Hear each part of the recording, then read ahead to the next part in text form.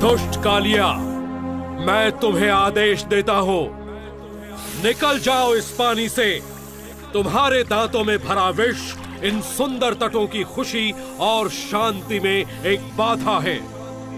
इसी समय निकल जाओ और कभी मत लौटना।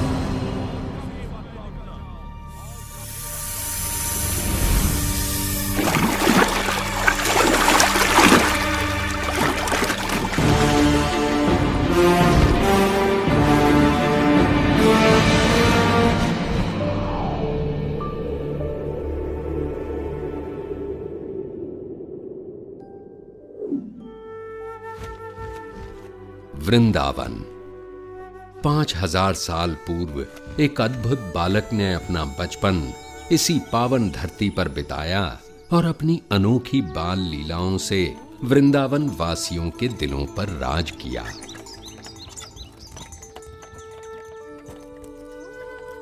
इस सुंदर वन के कच्चे रास्तों पर उसने अपने नन्हे कदमों के ऐसे कभी न मिटने वाले निशान छोड़े हैं कि ये सुंदर गलियां, मोहल्ले और यमुना का कल कल बहता पानी सभी उसकी वीरता की कहानियां सुनाते हैं।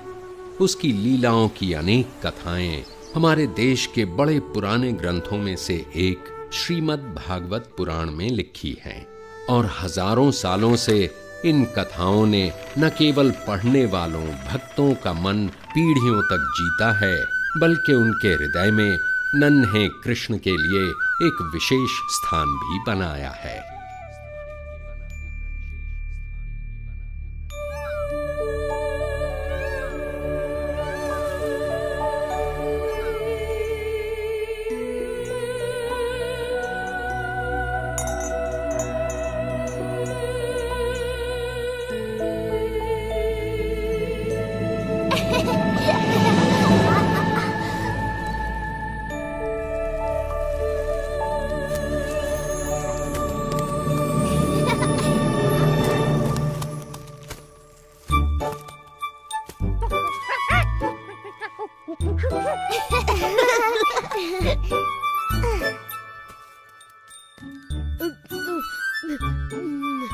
बहुत स्वादिष्ट है।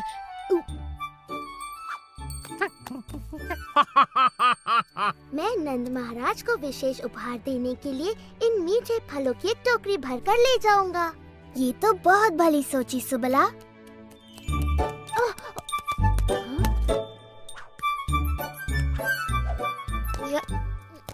देखो मधुमंगल कितना परिश्रमी है और परिश्रम का फल खुद ही खा रहा है। मुझे तो एक ही चीज सूझ रही है, सोना। सुबला, तुम्हें भी थोड़ा विश्राम कर लेना चाहिए। भली कही भैया, मैं भी यही सोच रहा था। पर कृष्णा, मेरा कार्य पूरा नहीं हुआ। ये कार्य मैं कर लूंगा सुबला।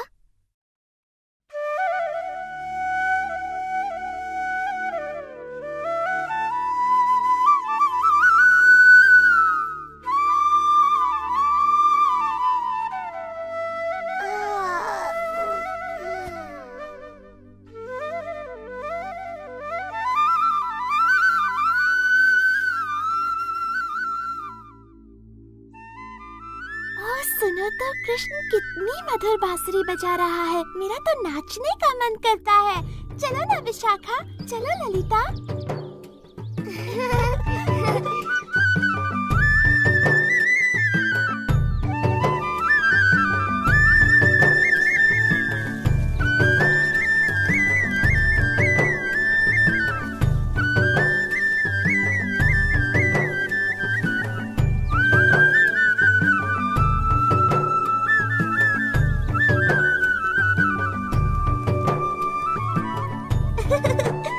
जल्दी चलो, देखते हैं कृष्ण क्या कर रहा है। राधा, चलकर माँ यशोदा को बताते हैं कि कृष्ण क्या कर रहा है। चलो जल्दी चलो।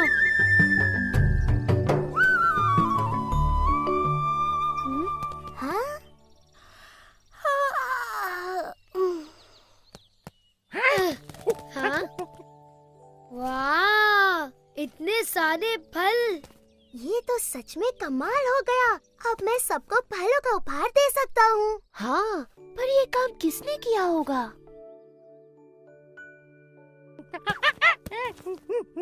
तो ये चमत्कार तुमने किया है दादी लोग। दादी लोग की जय हो।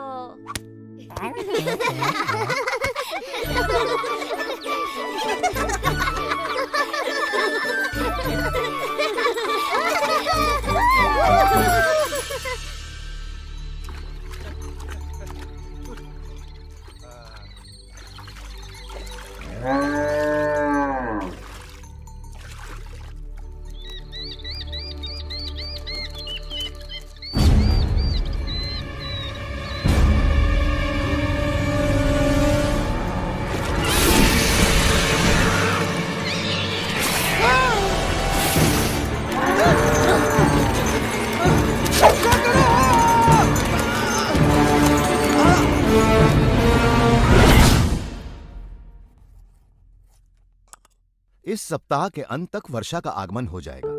ध्यान रहे कि सभी किसानों को उच्च कोटि के बीज दिए जाएं ताकि फसल भरपूर हो।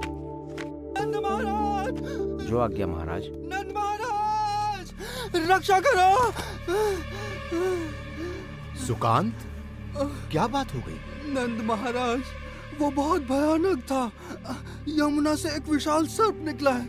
उसके बहुत से फन हैं और वो बहुत विष उगल रहा है। महाराज, मेरी गाय मर जाएगी। ये तो बड़ी गंभीर बात है। समझ नहीं आता यह कैसी विपत्ति है जो हम पर आन पड़ी। इसी वक्त सभी सक्षम व्यक्तियों को एकत्रित कीजिए, मैं स्वयं उनके साथ यमुना चलूंगा। और ध्यान रहे कि स्त्रियां और बालक अपने अपने घरों में सुरक्षित रहें। जी महाराज। नदी किनारे सभी चरवाहों को संदेश भिजवा दो कि अपने पशुओं के साथ गांव लौट आएं। जी महाराज। ओ नहीं, यशोदा तुम इतनी चिंतित क्यों हो? राधा ने कृष्ण और बलराम को यमुना किनारे बछड़ों को पानी पिलाते देखा था।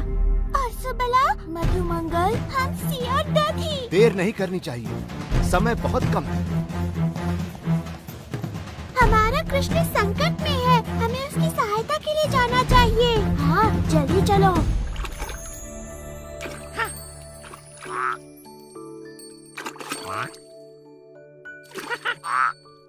तो तुम यहाँ हो? शीघ्र चलो हमसी, हम तुम्हारी कब से प्रतीक्षा कर रहे हैं। हमसी, रुक जाओ हमसी, तुम्हें तैरना नहीं आता।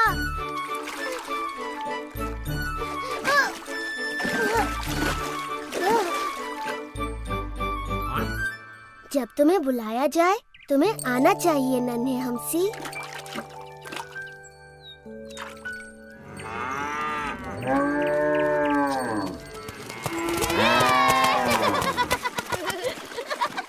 चलो चलते तैरते हैं।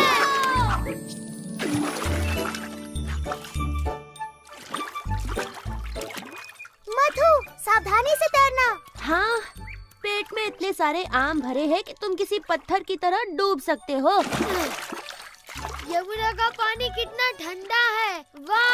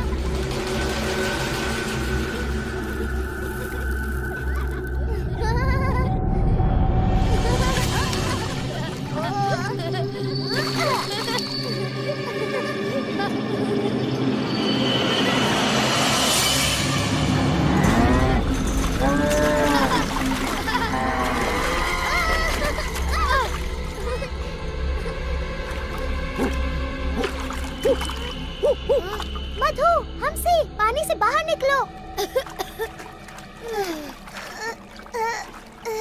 कृष्णा, बलराम, हमारी सहायता करो। सुबला।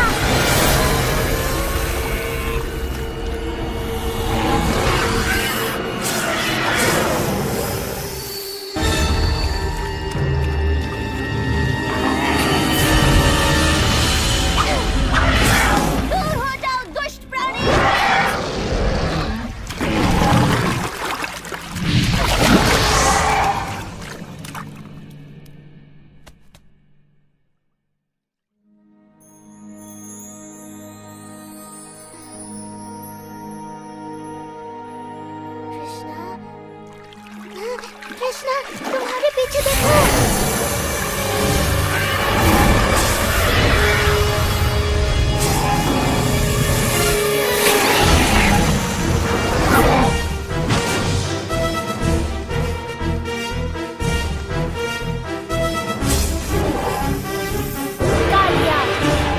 तुमने मेरे मित्रों को बहुत दुख और दर्द पहुंचाया है, मैं ये सहन नहीं कर सकता।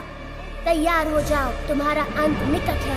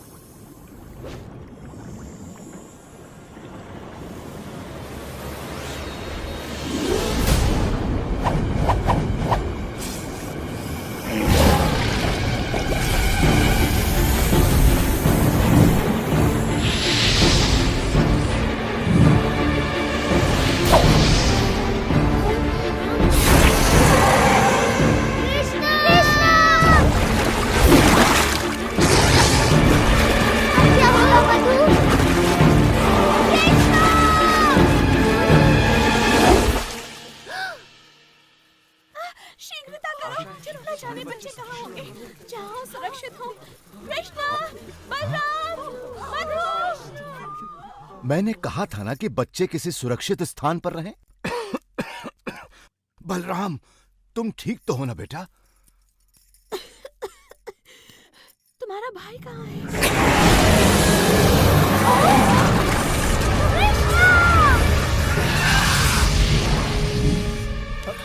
यशोदा, इन्हें क्या हुआ? क्या कर रहा है? ये क्या कर रहा है? यशोदा को क्या हुआ? हमें उसे बचाना ही होगा। नहीं, पानी में मत जाइए बाबा, वहाँ खतरा है। कृष्णा,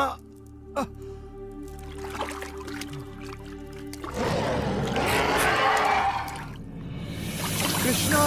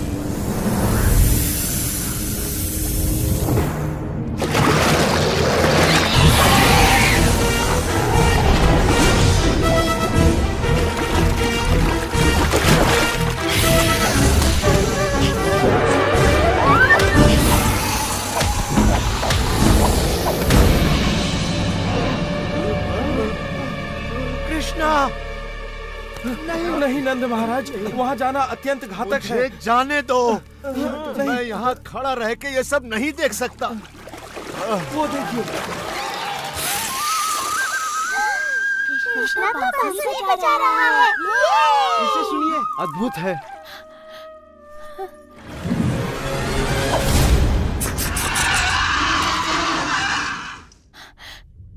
कृष्णा, कृष्णं वन्दे जगद्गुरुं वन्दे कृष्णम्।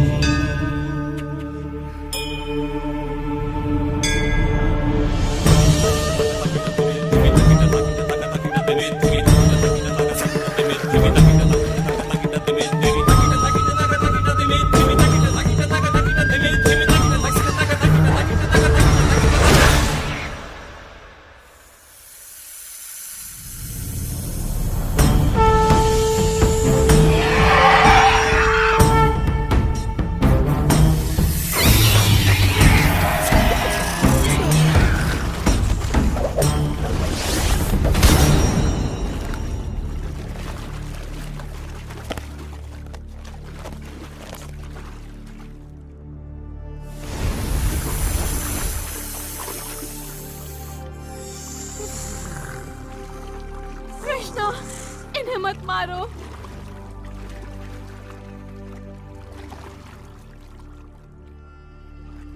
कृष्णा, हमारे पति पर दया करो कृष्णा। वो तन और मन दोनों से हार चुके हैं। कृष्णा, तुमने उनका सारा विष निकाल दिया है। अब वो किसी को हानि नहीं पहुंचा सकते। क्या ये सच है कालिया?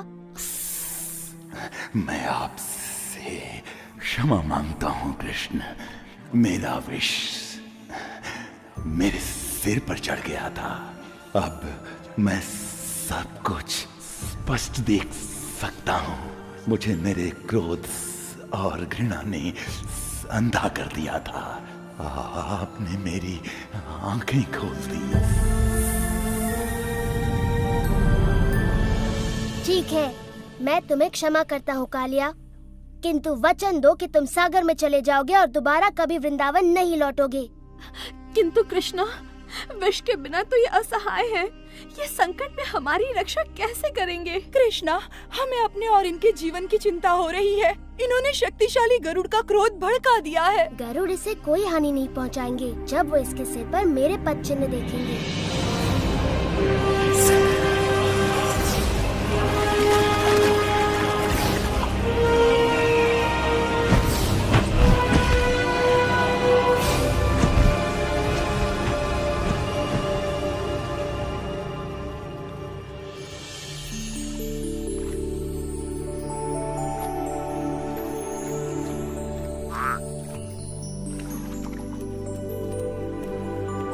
कृष्ण ने उस दुष्ट कालिया को भगा दिया। कृष्ण की जय हो, ऐसा सिर्फ वही कर सकता है।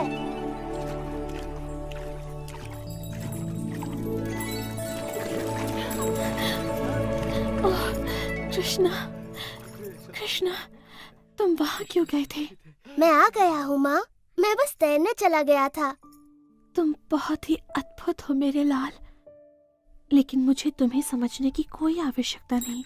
तुम तो बस मेरे प्यारे कृष्ण हो। और इस तरह वृंदावन के अद्भुत बालक कृष्ण ने अपने पाठकों के हृदयों में अपनी जगह बना ली। पाठक आज भी उनकी लीलाओं का आनंद लेते हैं।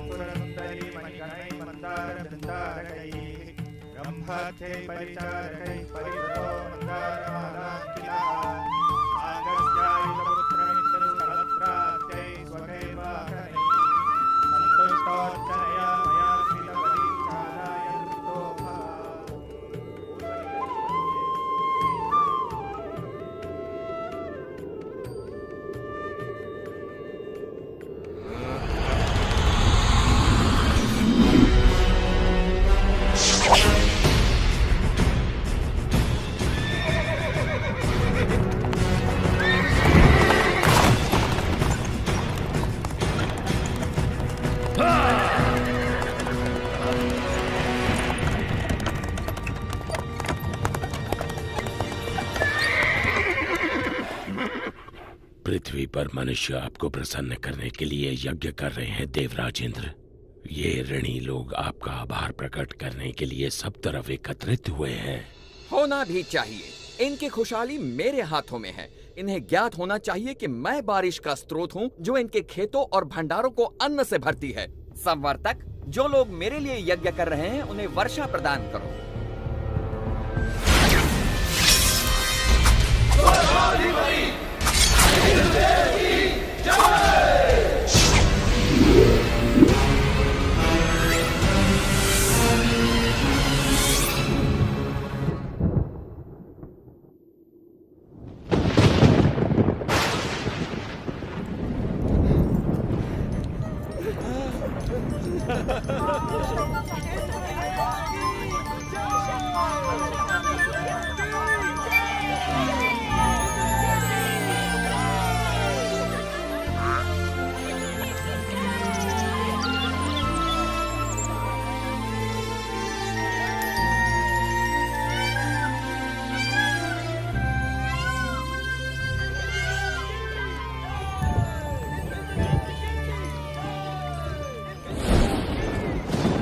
पृथ्वी से आ रहे इस कोलाहल को सुनिए देवराज इंद्र।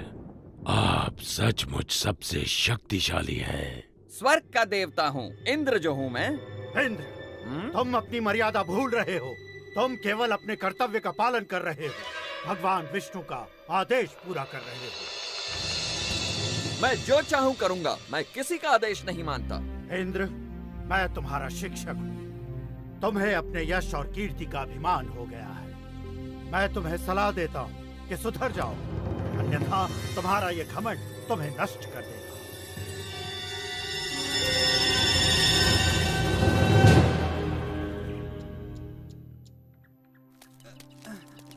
संभाल के ले चलना।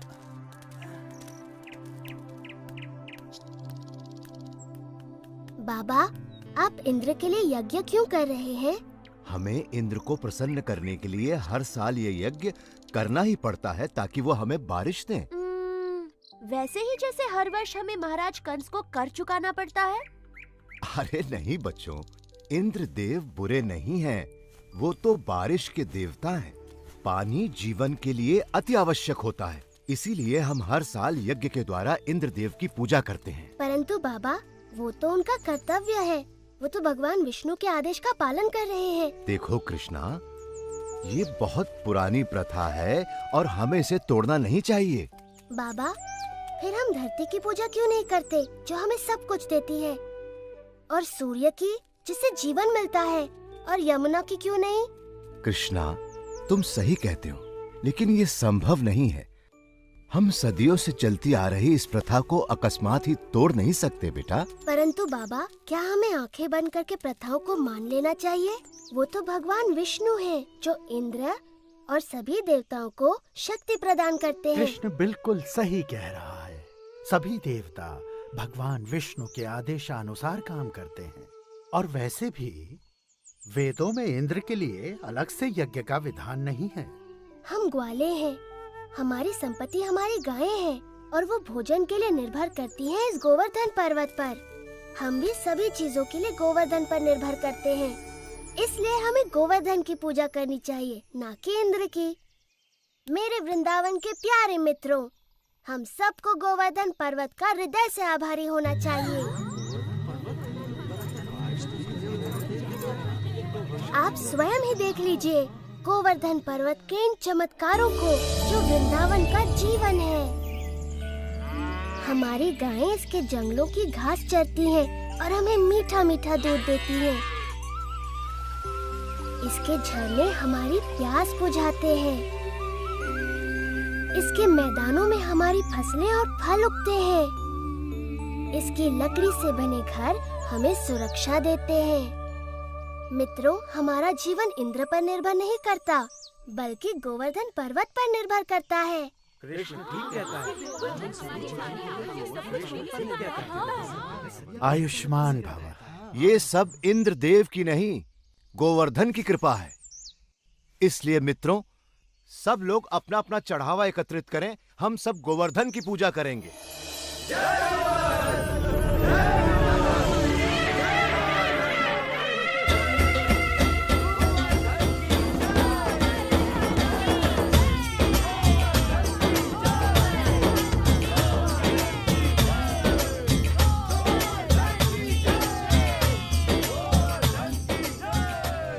गोवर्धन हूँ, मैं तुम्हारी प्रार्थना से बहुत प्रसन्न हूँ। अगर तुम सभी अपने पशुओं के साथ मेरी परिक्रमा करोगे तो मैं बहुत प्रसन्न होऊंगा।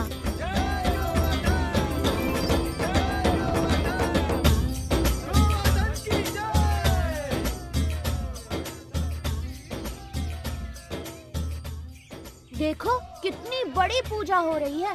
गोवर्धन पर्वत तो बहुत प्रसन्न हो रहे होंगे मधु। हाँ, गोवर्धन की पूजा करना अच्छी बात है बलराम, परंतु मैं इंद्रदेव को भी कुछ अर्पण अवश्य करूँगा, कहीं बुरा ना मान जाए। एक इंद्र के लिए और एक मेरे लिए। 2 इंद्र के लिए, 2 मेरे लिए।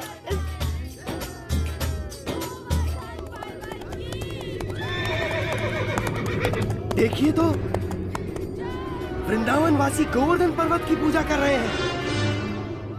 ये तो बड़े अचरज की बात है। उनकी ये हिम्मत! मुझे तुरंत इंद्र को सूचित करना होगा।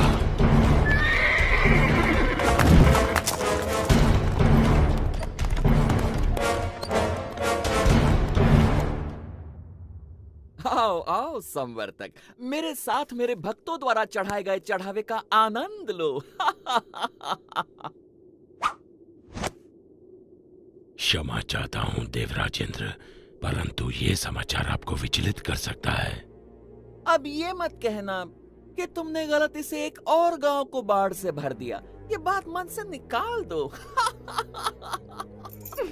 मुझे डर है कि आप इस समाचार से बहुत क्रोधित हो जाएंगे।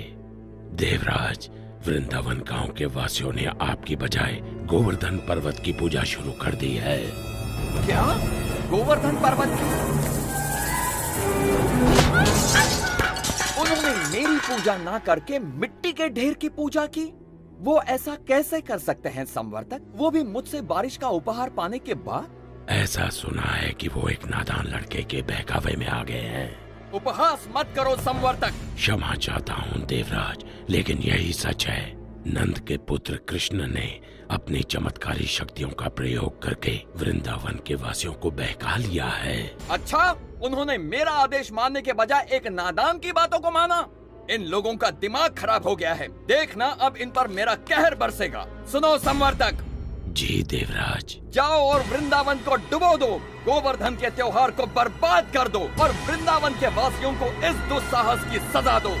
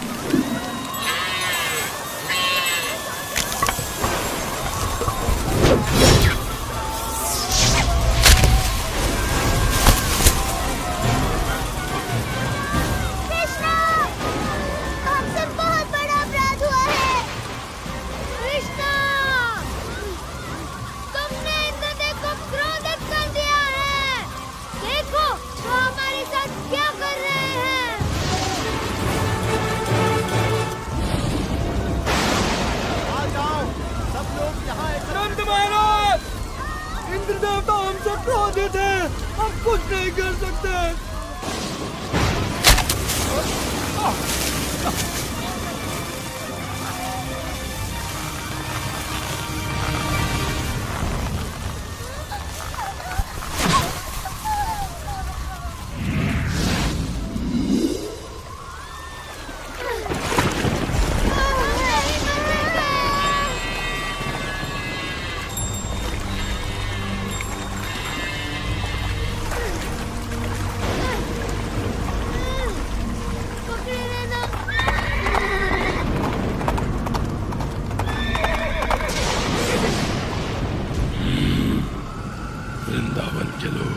अब जल्द ही उस लड़के की बात सुनने पर पछताएंगे।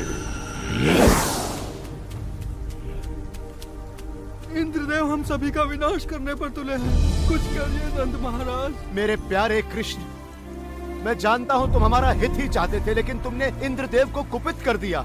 हमें इसी समय उनसे क्षमा मांगनी चाहिए। परंतु बाबा इंद्र। रुको बलराम, बाबा ठीक कहते हैं। ये सब मेरी सलाह के कारण कष्ट भोग रहे हैं। अभी भी देर नहीं हुई, हम इंद्र से क्षमा याचना कर सकते हैं। रुको, कृष्ण कभी भी हम पे या हमारे वृंदावन पे आँच नहीं आने देगा, कभी नहीं। आपने सच कहा माँ। आप सब के लिए मेरा प्रेम इंद्र की इस दुष्टता से बहुत बड़ा है। वृंदावन की रक्षा मैं अवश्य करूँगा। कृष्णा, मेरे बच्चे।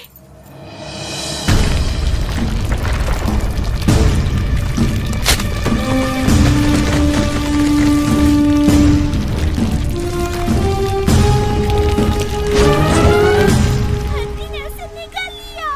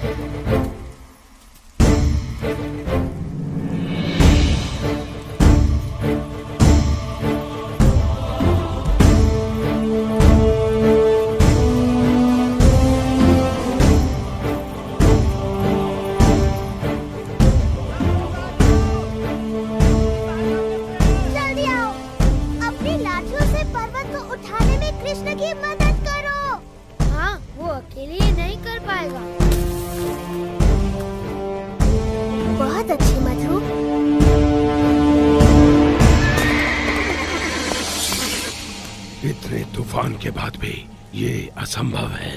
यदि हम इंद्र के आदेश अनुसार इस छोटे से गांव को तबाह नहीं कर पाए तो वो हम पर कोई दया नहीं करेंगे। आगे बढ़ो मेरे योद्धाओं, ये तूफान तब तक थमना नहीं चाहिए जब तक वृंदावन पूरी तरह पानी में डूब न जाए।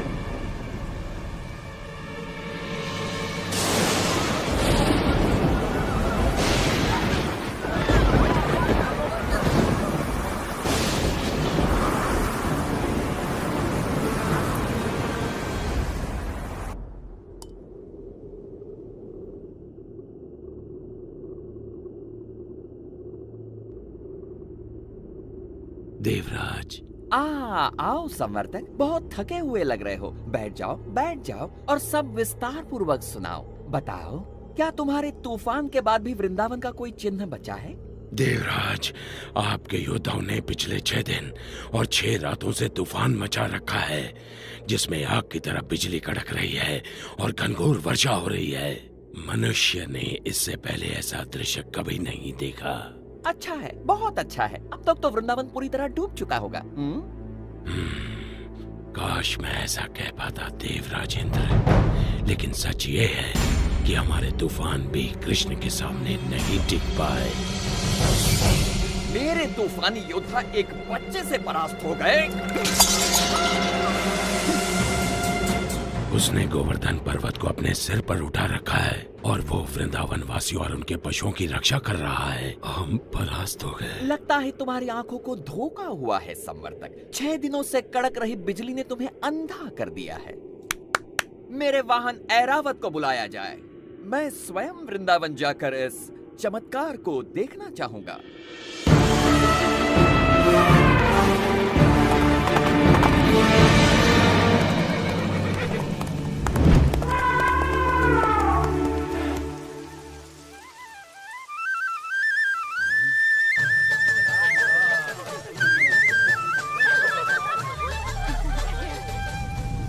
स्वयं ही देख लीजिए देवराज। यदि कृष्ण अपने आप को भगवान समझता है तो अब वो ये जान जाएगा कि कौन शक्तिशाली है, वो या फिर इंद्र।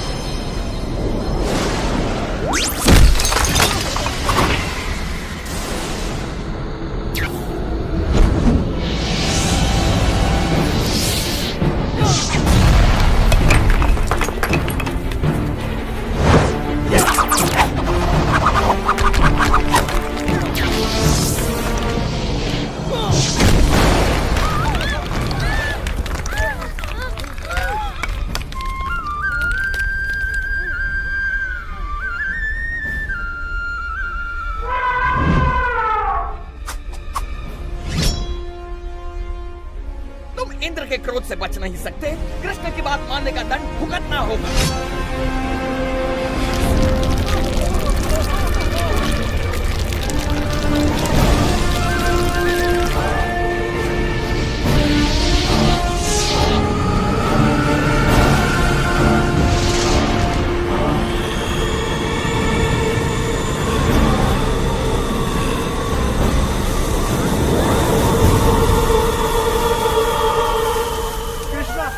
हमारी रक्षा करो। इंद्र गोवर्धन पर्वत को नष्ट कर रहे हैं। इंद्र कुछ नहीं बिगाड़ सकते, भय मत करो।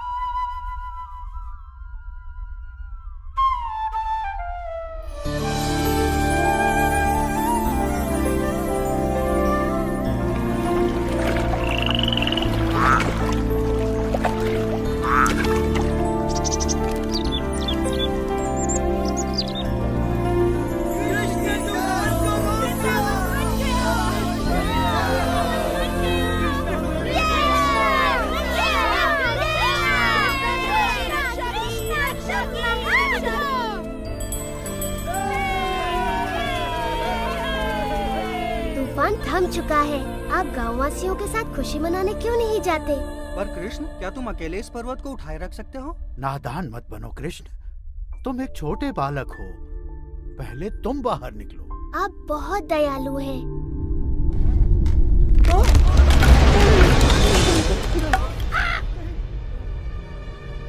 आप सचमुच चाहते हैं मैं पहले चला जाऊं? नहीं, रुको! मुझे छोड़कर मत जाओ!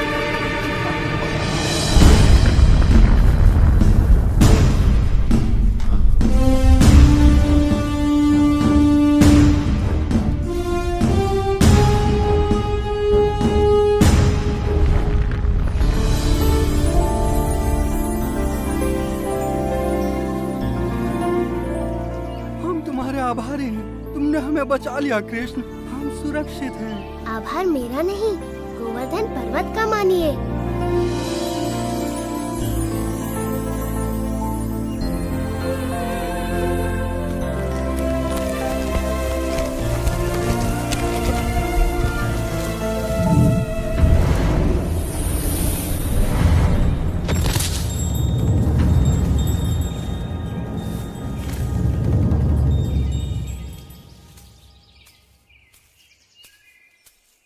देवराज इंद्र, मैंने देखा आप मुझसे कितना स्नेह करते हैं। अन्यथा मेरे प्रतिकार के बाद भी आप मुझसे मिलने यहाँ क्यों आते? कृष्ण, प्रतिकार तो मैंने किया है आपका। मैंने बहुत बड़ी मूर्खता की। भूल गया था कि मुझे शक्तियाँ आप ही से प्राप्त होती हैं। मैं सदैव आपका सेवक रहूंगा। मैं आपसे क्षमा मांगता हूँ। देवराज, आपको अपनी शक्ति का बहुत अभिमान हो गया था और ऐसा मैंने इसलिए किया ताकि आपका अभिमान तोड़ सकूं। जाइए, मैं आपको क्षमा करता हूँ।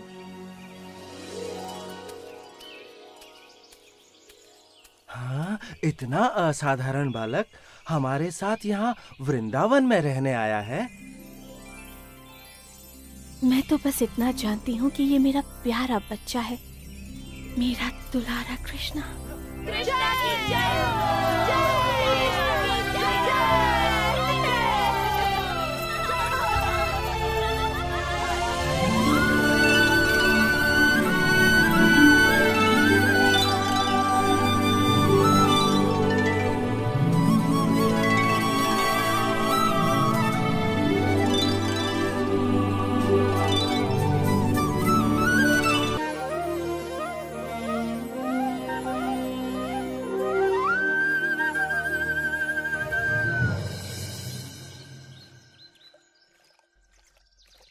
देखो माता प्रभावती क्या कर रही है।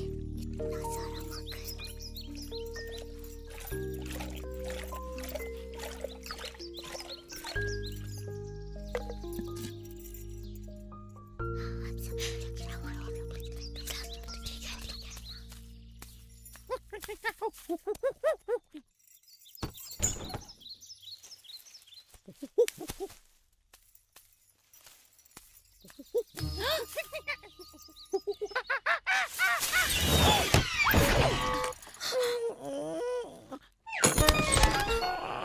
वो आवाज क्या थी? चल भाग यहाँ से, बंदर कहेंगे। निकल। मैं क्यों भूल जाती हूँ कि इस द्वार को हमेशा ताला बंद करके रखना चाहिए। यमुना तट के बंदरों की वजह से कुछ भी सुरक्षित नहीं है। और वो यशोदा का नटखट कृष्णा, ताला न लगाया तो क्षण भर में इतनी मेहनत से निकाला गया सारा माखन यूं चट कर जाएगा। उधर मत जाओ। सुनो, पर ये भी तो है कि वो इतना सुंदर और भोला दिखता है कि उसको उसकी शरारतों के लिए मैं डांट भी नहीं पाती। ओह, होगा वो सुंदर और भोला, पर मैं इस बार उसके झांसे में आने वाली नहीं हूँ। समझ नहीं आता अब क्या करें। पता है माता प्रभावती अभी अभी क्या करके उठी है? मैं बताऊं? उन्होंने अभी अभी हांडी भर के मलाईदार दही बिलोई है और उसमें से ढेर सारा माखन निकला है, संसार का सबसे स्वादिष्ट माखन। ओ कृष्णा, मेरे मुंह में पानी आ रहा है, मुझसे रुका नहीं जाएगा। ऐसा माखन जो जीभ पर रखते ही घुल जाए और खाने वाले को स्वाद की दुनिया में ले जाए। ओ कृष्णा, तुम हाँ? कौन है वहाँ?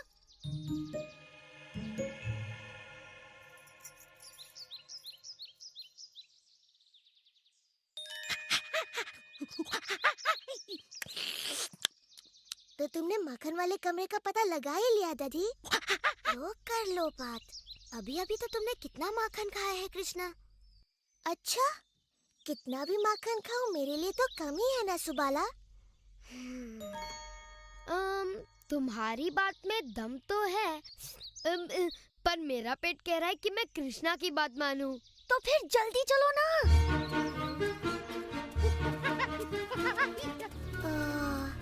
ये नहीं सुधरेंगे तो फिर मैं अकेला सुधर के क्या करूँगा?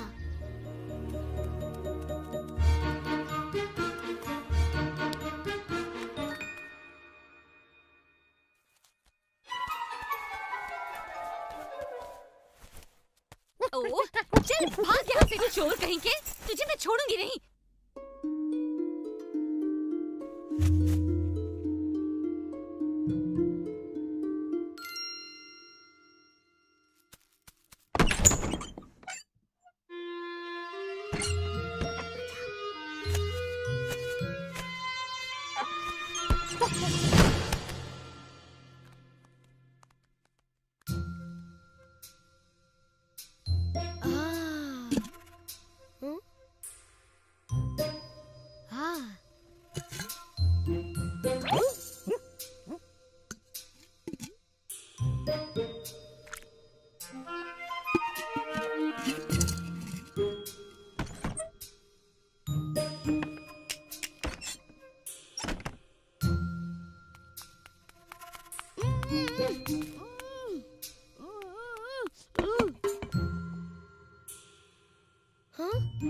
कृष्णा, कहाँ छिपाया है उन्होंने सारा माखन?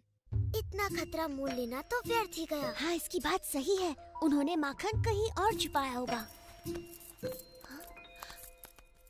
उनके आने से पहले ही निकल लेते हैं।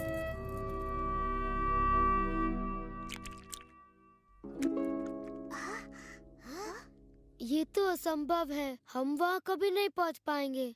कृष्णा के रहते हुए कुछ भी असंभव नहीं मधु। तो अब तुम्हारे पास क्या योजना है कृष्णा? योजना की कोई कमी थोड़ी ना है जब तुम लोग मेरे साथ हो।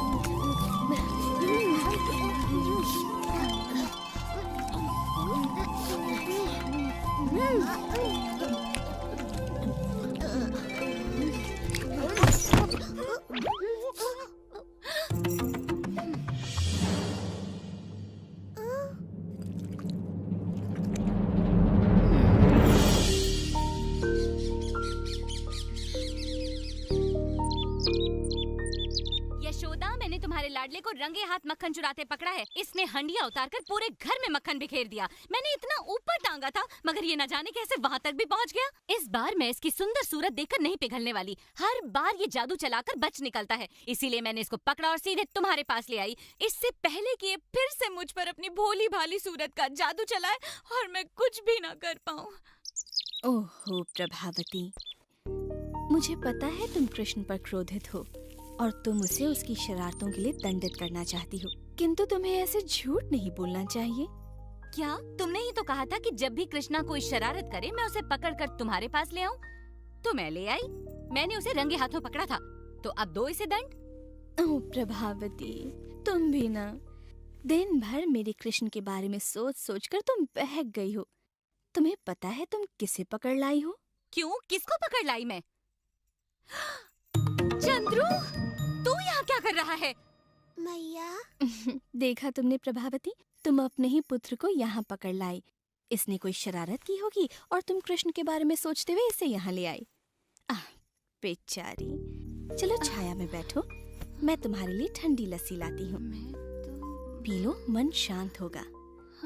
चंद्रू, अपनी मैया को इस तरह परेशान नहीं किया करते। देखो तो बेचारी का क्या हाल हो गया। मगर मैंने तो कृष्णा का हाथ पकड़ा था, मुझे अच्छी तरह से याद है।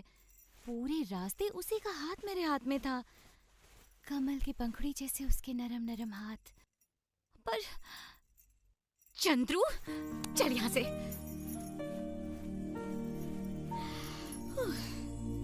मैया, उनकी बातों में आ गई तो तुम्हें कैसे पता चलेगा? तुम्हें अपने पुत्र पर विश्वास होना चाहिए कि मैं तुम्हारा ही पुत्र हूँ। या वही माखन चोर कृष्णा? माता प्रभावती, मैं कृष्ण हूँ, नंद बाबा और यशोदा का पुत्र। कृष्णा, ये सच में तू है या मेरा चंद्रू? पर माता प्रभावती, मुझे अच्छा नहीं लगा कि आप मुझे चोरों की तरह पकड़कर मैया के पास ले गई। मेरा दोष तो केवल ये था कि मैंने माखन चुराया, वो भी आपके हाथों का बना, जो कि वृंदावन का सबसे स्वादिष्ट माखन है। पर मैंने तो... मेरे साथ फिर ऐसा कभी मत करना माता, मैं तुम्हारा भी तो पुत्र हूँ, है ना? अगली बार ऐसा किया तो चंद्रा की जगह अपने पति का हाथ पाओगी और फिर पूरा का पूरा वृंदावन तुम पर हंस रहा होगा।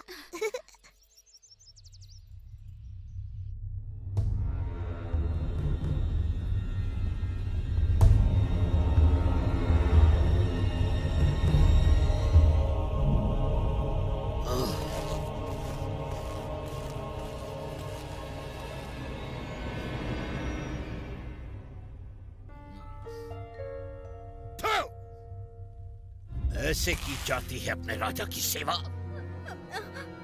तेरी हिम्मत कैसे हुई मुझे खट्टा फल खिलाने की? कहाँ है तू? आखिर कब तक बचेगा मेरे हाथों से मेरे काल?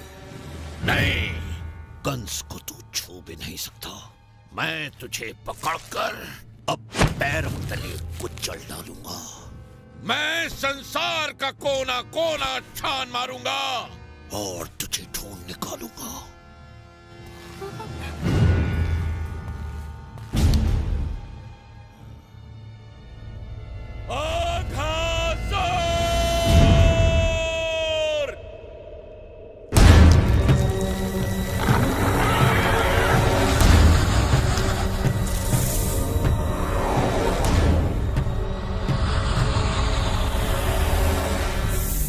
सेवक अघासुर, जाओ और जाकर ढूंढो मेरे उस काल को और उसे मौत के घाट उतार दो।